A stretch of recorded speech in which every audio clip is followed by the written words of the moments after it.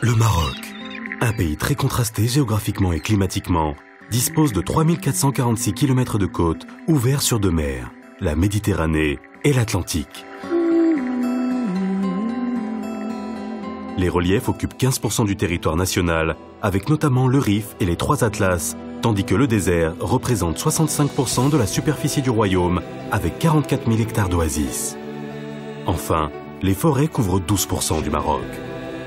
Tous ces espaces abritent une faune et une flore parmi les plus riches et les plus diversifiés du bassin méditerranéen.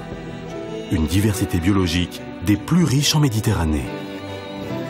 Sur le plan humain, le littoral accueille 62% de la population urbaine et 80% de l'activité industrielle, tandis que 53% de la capacité touristique s'y concentre. Le domaine montagneux abrite quant à lui 35% de la population rurale. Le royaume dispose de 9 millions d'hectares de terres de culture, dont 16% irriguées, et près de 21 millions d'hectares de terres de parcours.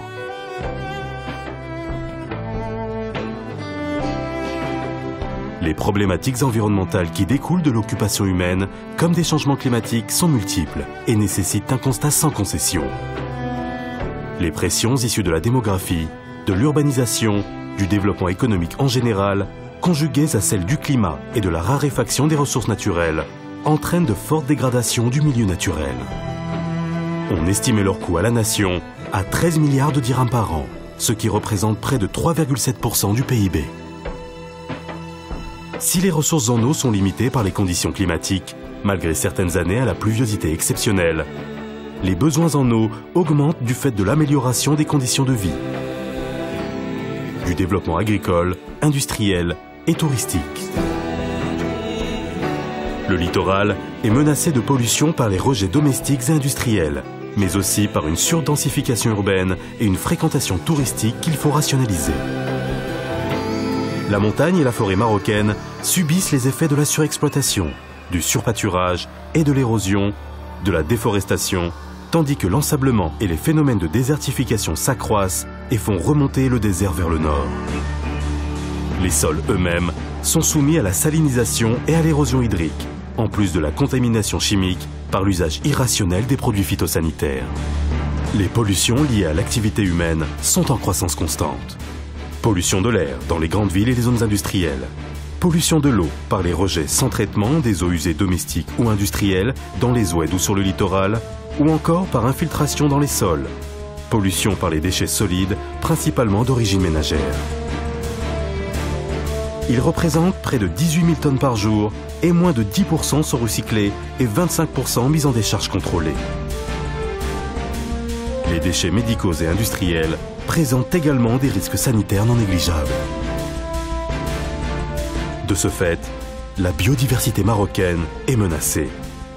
Sur 7 000 espèces de flore et 24 000 de faune, respectivement près de 23% et près de 2,5% risquent la disparition.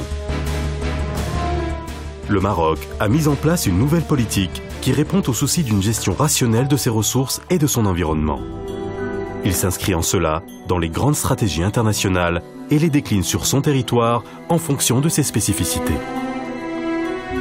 Sur le plan législatif et réglementaire, il a élaboré un certain nombre de lois et de textes, comme la loi relative à la protection et à la mise en valeur de l'environnement, la loi sur les études d'impact sur l'environnement, la loi relative à la lutte contre la pollution de l'atmosphère et la loi relative à la gestion des déchets et à leur élimination, et des projets de loi sur le littoral et sur la protection des sols.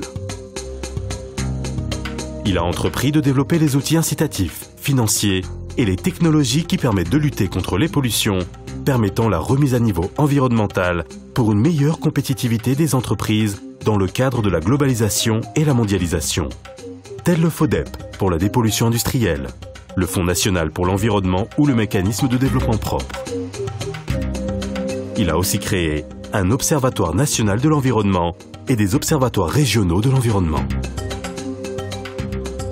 Il a mis en place des programmes de l'environnement de proximité et d'amélioration du cadre de vie des citoyens, tel le Programme national d'assainissement liquide, qui vise la généralisation des stations de traitement et la réutilisation des eaux usées collectées.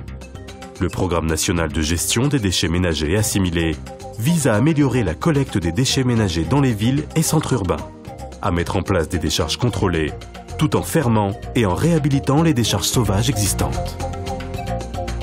Il encourage l'amélioration des conditions de transport, notamment en milieu urbain, et la généralisation d'un carburant moins polluant et la promotion de transports en commun plus propres, comme le tramway. Il développe les contrôles d'émissions de gaz d'échappement des véhicules et mesure les pollutions de l'air.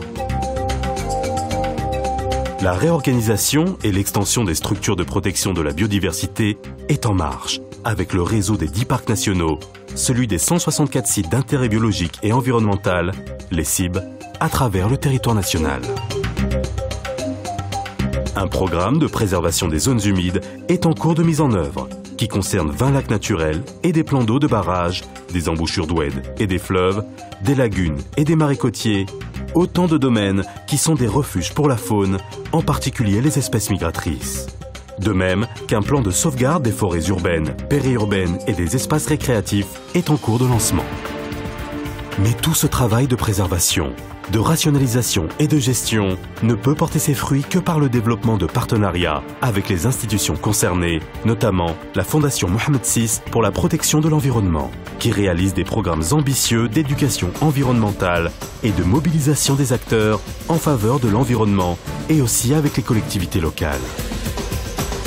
Les conventions de partenariat avec les régions, signées le 14 avril 2009 devant Sa Majesté le Roi Mohamed VI, pour la mise en œuvre de projets intégrés dans les domaines de l'eau et de l'environnement, constitue une étape importante dans la concrétisation de la stratégie gouvernementale dans ce domaine. Il s'agit bien de développer une culture environnementale qui passe par la sensibilisation et la mobilisation du grand public, et en priorité, celle de la jeunesse et des générations de demain. C'est tout le sens des opérations en direction des jeunes Marocaines et Marocains. Le programme de mise à niveau environnemental des écoles en milieu rural vise à créer le cadre et les conditions d'un meilleur apprentissage, tandis que la sensibilisation à l'intérieur de l'école doit contribuer à changer les comportements quotidiens vis-à-vis de notre environnement. À nous aussi, adultes, d'être aujourd'hui à la hauteur des enjeux de demain.